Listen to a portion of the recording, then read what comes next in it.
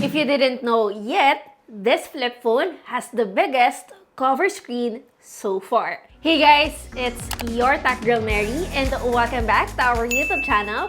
Yes, we are finally reviewing the Xiaomi Mix Flip. Yes, you heard it right. It's 4.01 inch in size and konti lang naman yung difference actually in comparison with Honor's cover screen and even with the Motorola's cover display. But in real world, yung maliit na difference nila, to be honest, doesn't really matter. Yes guys, sumasali na rin sa flip phone bandwagon ang Xiaomi, and this is actually their very first generation. I'm glad that hindi na lang China ROM yung option natin ngayon, but also a global version. But still, it doesn't mean it's coming out here in the Philippines. Again guys, so far, wala akong balita and most probably hindi siya lalabas dito.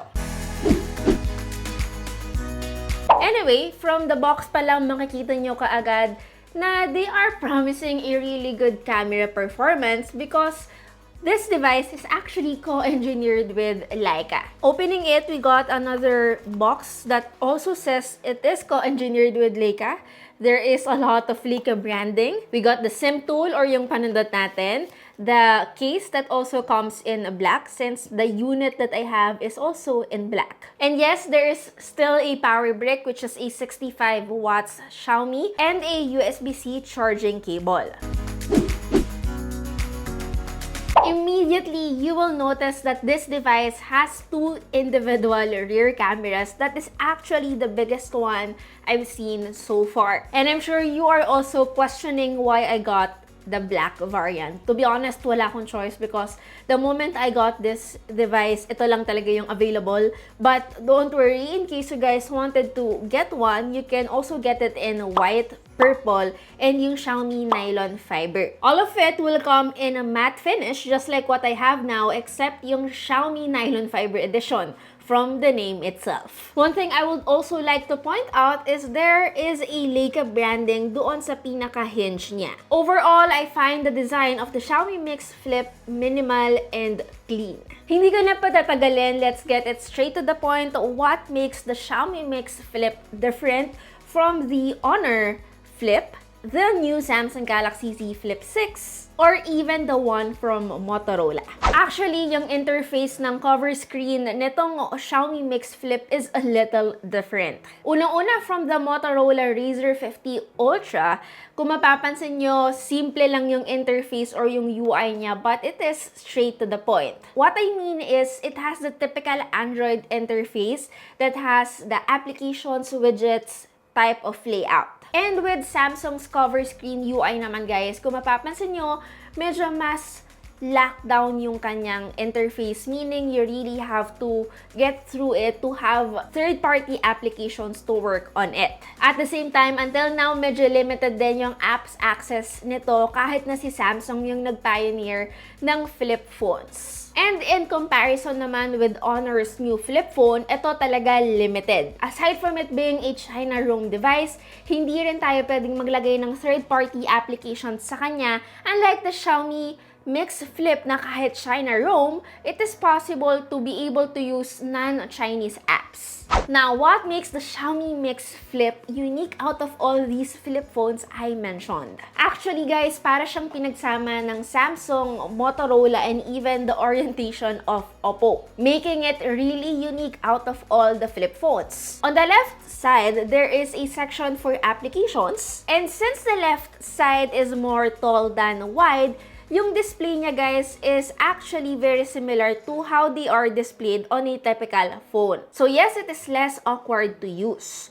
Now, onto the right side of the cover screen, meron tayo again dalawang cameras. And on top of it, there is a widget. Dito, we can access the media controls. Meron siyang calendar, clock, and other tools you can swap out. Syempre, ang advantage nito is that we all know most applications look better if it's tall, like TikTok, IG Reel, even just simply browsing on the internet. Now, personally, the only downside I find on this phone is obviously, hindi ganon kadali gamitin yung keyboard niya. Now, earlier, I mentioned to you guys na when it comes to access on the applications on the cover screen, kahit papano, we can put our favorite apps on it compared to what Honor is giving.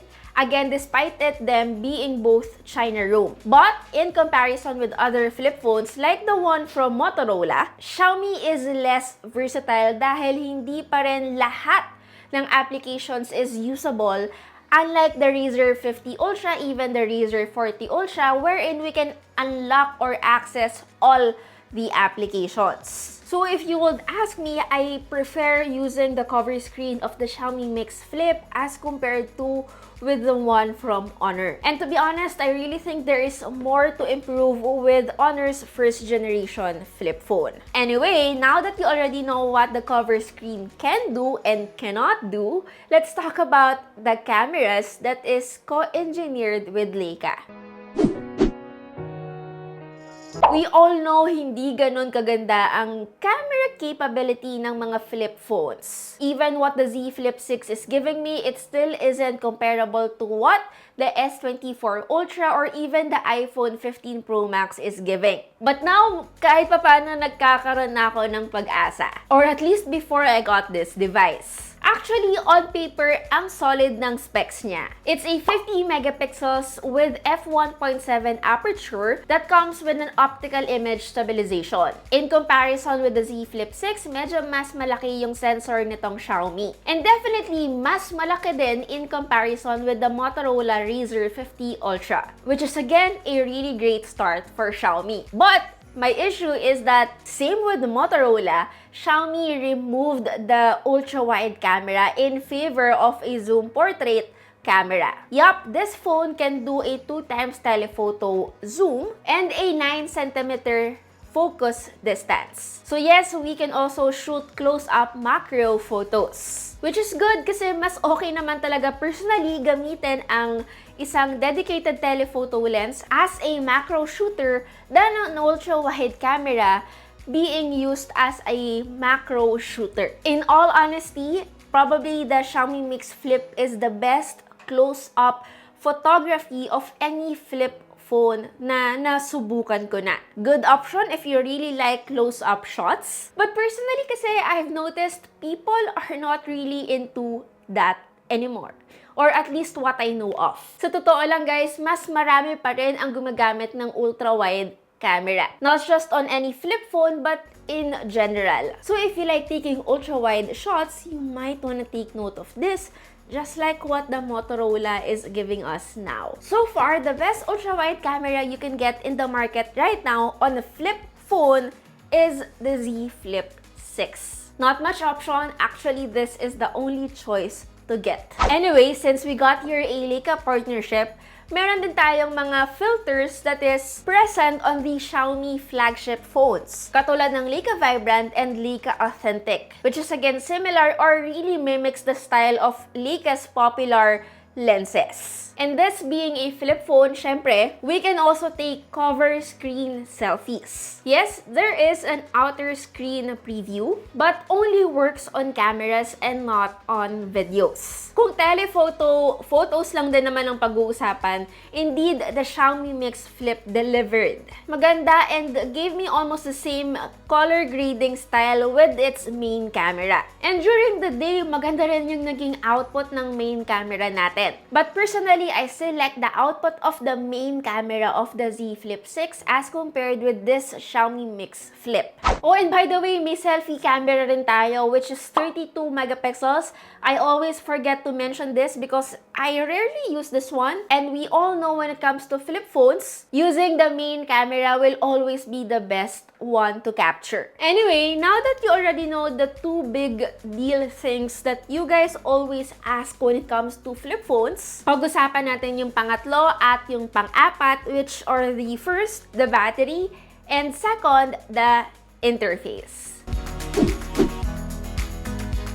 We all know the biggest issue when it comes to flip phones is how unreliable battery life is. just like the 4,000 milliamp hour that we get from the new Z Flip 6 and even on the Motorola Razr 50 Ultra. Gladly, the Xiaomi Mix Flip has a 4,780 milliamp hour of battery cell, which why this phone is a bit on the thicker side. Actually, this has the highest capacity of battery on any flip phone right now. Last month, it used to be the Honor and now it's the Xiaomi Mix Flip. At the same time, this also supports 67 watts of charging speed. Definitely faster and so much better to what the Z Flip 6 is offering. And yung naging total time for us to get 100% from zero was 40 minutes. And indeed, out of all the flip phones I've tried, this Flip from Xiaomi is indeed the battery champion.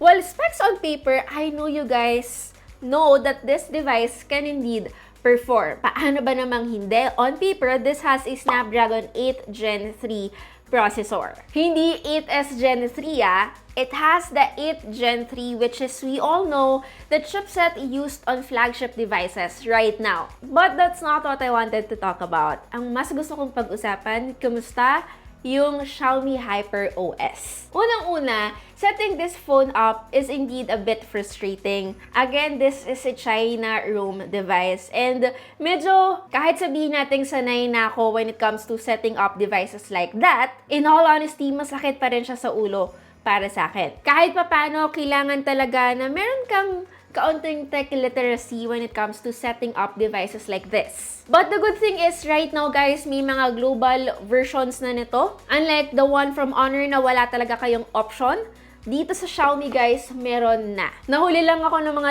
3 or 4 na araw kasi ganun ako katat.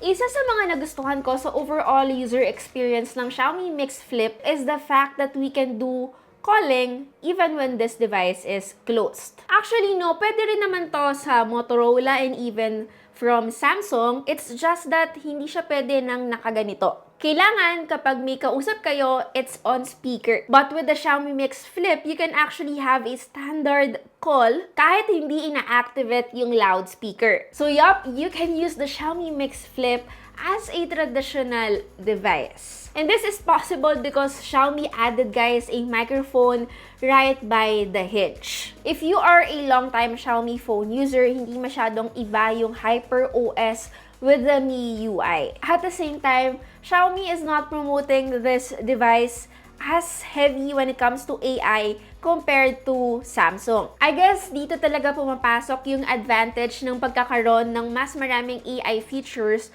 that will help indeed when it comes to multitasking every day. Now the question is it worth it to get a Xiaomi Mix Flip even or despite it not being official here in our country? Lalong-lalo na if pag-uusapan natin yung sustainability and value. Unang-una when it comes to that, hindi naman nagkulang yung brand because they were able to put a Xiaomi Shield glass sa cover screen niya, from which they promise 10 times greater drop resistance as compared sa mga regular or conventional glass. I think the only issue you may find on this phone is that it lacks IP rating as compared to what Samsung is giving us now. Personally, a flagship phone without an IP rating is indeed a device that is not built to last. Anyway, when it comes naman to value, again, iba-iba yung pricing niya depende kung saan kayo bibili. Either from the gray market or kaya naman if you will personally get this like in Hong Kong, China, or anywhere that this phone is available. Notably, the price is still lower as compared to the Samsung Galaxy Z Flip 6. Yung price point niya medyo mas malapit to the Motorola Razr. Nevertheless, I still find the price point really competitive. Again, lalong-lalo na ngayon na globally official na siya. At the end of the day, this still depends on you, the buyer, kung willing kayo mag-take ng risk, lalong-lalo na issue, syempre, yung warranty. Indeed, it's a well-rounded device, but at the end of the day, we all know na ang lifespan ng mga foldable devices is mas maikli as compared to the conventional smartphones. Anyway, that's basically it. Masyadong mahaba yung video natin, but at least mas marami na tayong options ngayon when it comes to getting ourselves flip phones not just Samsung. Again, it's your Tech Girl Mary, and see you on our next video. Bye!